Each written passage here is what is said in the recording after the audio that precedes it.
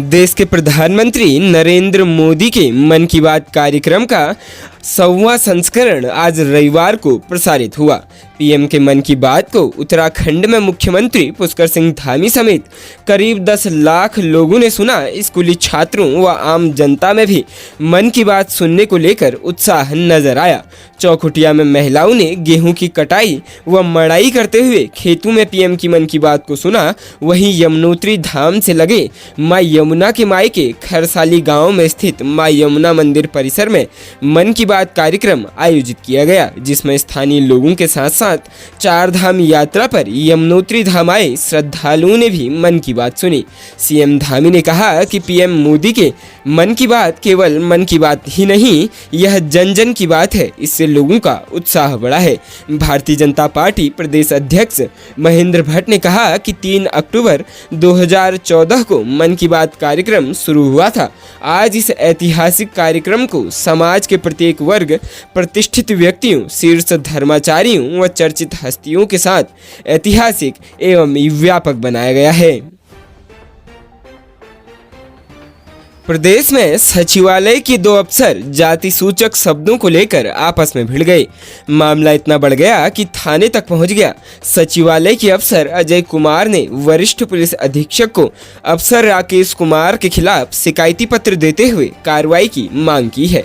अजय कुमार ने बात करते हुए बताया कि वह सचिवालय प्रशासन में समीक्षा अधिकारी के पद पर कार्यरत है। उनका सचिवालय में चयन लोक सेवा आयोग हरिद्वार द्वारा आयोजित सीधी भर्ती द्वारा वर्ष 2011 में हुआ था। राकेश जोशी 2018 में सचिवालय संघ के कार्यकारिणी में महासचिव बने। वर्तमान में राकेश जोशी समीक्षा अधिकारी के पद पर जलागम अनुभाग में कार्यरत हैं। अजय कुमार ने राकेश जोशी पर आरोप लगाया कि राकेश जोशी द्वारा दलित जाति का होने के कारण अजय कुमार से जाति वैर रखते हैं। राकेश जोशी उनके लिए जाति सूचक शब्दों का प्रयोग करके उन्हें अपमानित करते हैं, जिससे उनका मानसिक उत्पीड़न और समाज में भी छवि खराब होती है।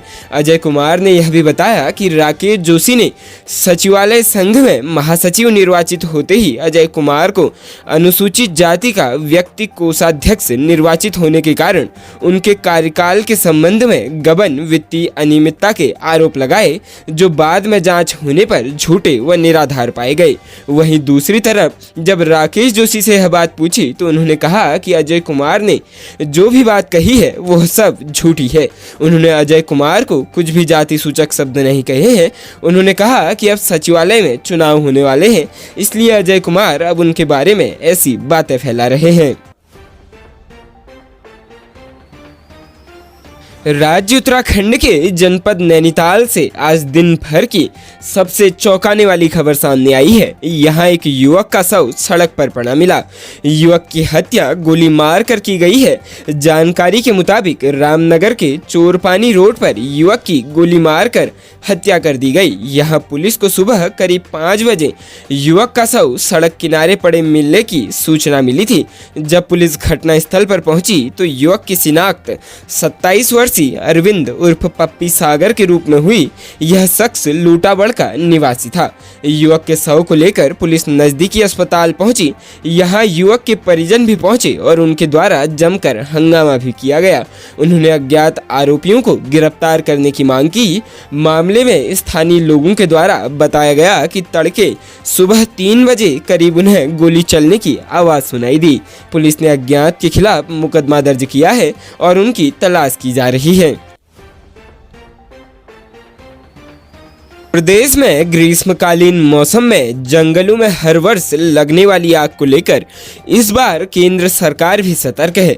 बीते कुछ वर्षों के अनुभवों को देखते हुए केंद्र ने राज्यों के लिए गाइडलाइन जारी की है। 2 मई को भारत के महानिदेशक वन व विशेष सचिव चंद्र प्रकाश गोयल खुद उत्तराखंड पहुंचकर इसकी समीक्षा करेंगे। डीजीसीपी गोयल 1 मई को देहरादून पहुंचेंगे। इसके बाद वह 2 मई को मसूरी में उत्तराखंड शासन, वन और अन्य केंद्रीय संस्थाओं के अधिकारियों की बैठक लेंगे। इस संबंध में आधिकारिक रूप से जानकारी नहीं दी गई है, लेकिन शासन के सूत्रों के अनुसार मसूरी में होने वाली यह अहम बैठक उत्तराखंड के वन एवं पर्यावरण से संबंधित मुद्दों के लिए बेहद खास है।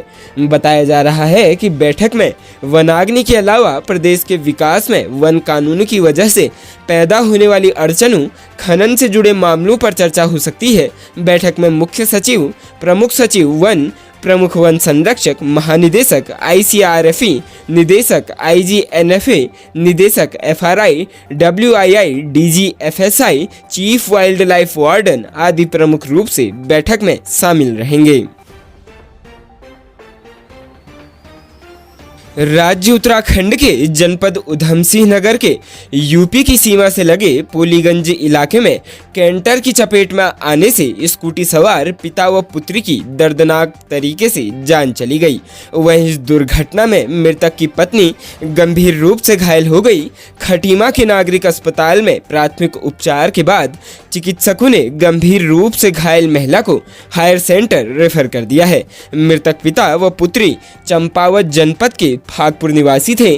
प्राप्त जानकारी के अनुसार शनिवार को बनबसा के ग्राम फागपुर निवासी 42 वर्षीय हरदेव सिंह अपनी पत्नी सिमरनप्रीत कौर व 3 साल की पुत्री अर्शदीप के साथ स्कूटी से यूपी सीमा से सटे गांव टांडा विजयसी में अपनी जमीन देखकर वापस आ रहे थे।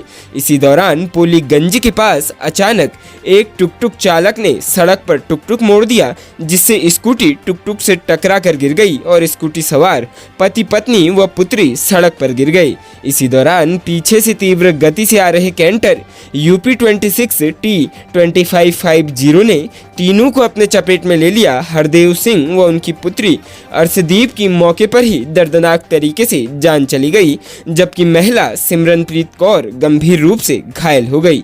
सूचना मिलते ही पुलिस टीम के साथ मौके पर पहुंचे सत्र हमील पुलिस चौकी प्रभारी संदीप पिलख्वाल ने घायल महिला को आपातकालीन सेवा 108 से उपजिला चिकित्सालय पहुंचाया। वहीं दोनों शवों को कब्जे में लेकर पोस्टमार्टम के लिए भेज दिया गया है। जानकारी के अनुसार घायल सिमरनप्रीत कौर ने बताया है कि 6 माह पूर्व उसके पति ने टांडा विजयसी न्यूरिया में लगभग 4 एकड़ खेती की भूमि खरीदी थी, जिसकी रजिस्ट्री हो गई थी लेकिन दाखिल खारिज नहीं हुआ था, जिसे लेकर लगातार वहां जाना हो रहा था।